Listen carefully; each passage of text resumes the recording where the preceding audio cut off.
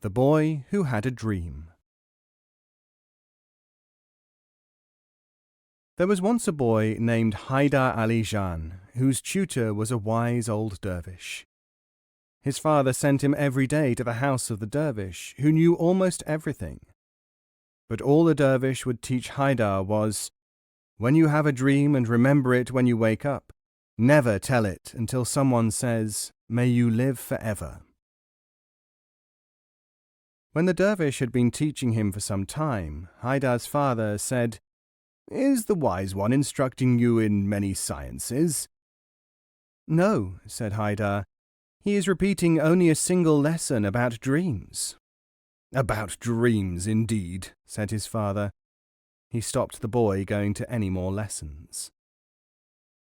He went to see the dervish and said, "Why have you wasted my money and my son's time teaching him only one thing, and that about dreams of all things?" The dervish said, "I teach every student what he needs in his life, preparing him for the most important experience which is to befall him." But the father was not satisfied. The explanation made no sense to him. "You are as bad as the charlatans who pretend that a single exercise, if persevered in, can be applied to all men," he said. "Only you are slightly more sophisticated." Not long after this, Haidar had a dream. The next morning he told his mother. She asked him what kind of dream it had been, but since she had not first said, "May you live forever," the boy could not tell her. She became quite angry and sent him to his father. "What do you want?" asked his father. "Last night I had a dream," said Haidar, "and when I mentioned it to my mother she got angry and sent me to you." "What was the dream?" said the father. Because he did not say, "May you live forever," Haidar said, "I cannot tell you what my dream was."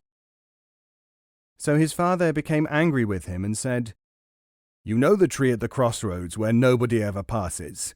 You shall go and sit in the branches of that tree as a punishment for refusing to answer a question." Haidar set off and climbed the tree. He had not been sitting there long when two travellers stopped in the shade to share a meal. One said to the other, "The king has sent for me to answer a conundrum. I cannot understand it, but I dare not refuse to appear at court. If only the earth would open and receive me so that I might disappear from the sight of men. If only someone could be sent from above who could answer this question so that I need not."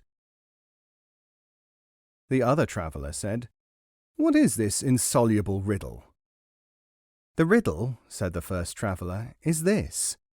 There are two pieces of wood, and the king, for some purpose of his own, wants to know which of them is made from the root of a tree and which from a bough."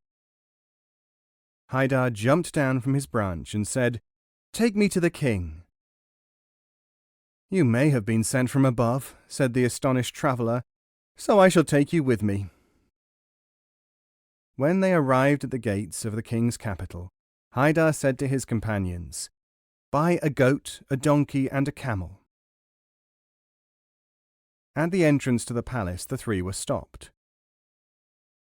"We can only let the first traveller in, for he alone has an invitation from the king." The first traveller entered, and he said to the king, "I cannot answer your question, sire, without my companions." The king said, "If they can satisfy the Rais-e-Tashrifat, the chief of ceremonials, let them be brought." The scholars, who had been unable to answer the king's question about the pieces of wood, feared that these newcomers might provide the solution. They said to the Rais-e-Tashrifat, "Here are some questions for the visitors. If they cannot answer, you can exclude them from the court on the pretext that they lack the necessary finesse." The Rais called Haidar and the other traveller, who came forward leading their animals. He said, "You are not big enough to know how to answer a question."